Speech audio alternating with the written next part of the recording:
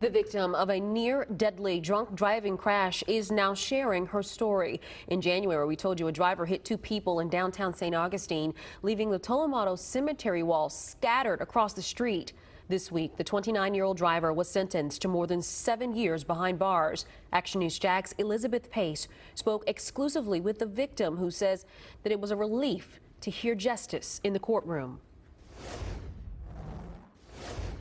3 lives changed here in January. A young couple was walking on the sidewalk when a drunk driver hit them and then plowed into this historic cemetery.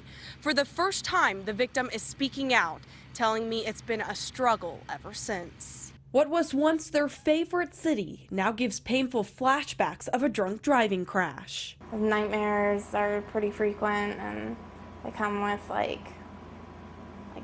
muscle twitches, and I'm actually there. Zenobia Sturba was in St. Augustine with her boyfriend Lee West for the Night of Lights in late January. She remembers hearing the roar of an engine as a drunk driver whipped around the corner on Cordova Street. And the last thing I remember was just the headlights coming straight towards us and having no idea what was going to happen, whether we would still be alive or not.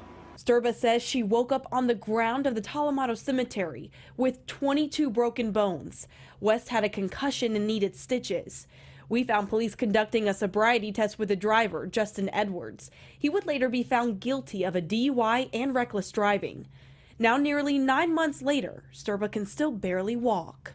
I had to go from being entirely independent to being dependent on everyone around me. She's speaking out for the first time with Action News Jax to show the consequences of drunk driving. West says they have many more months of recovery. It's changed everything, more than someone would really imagine.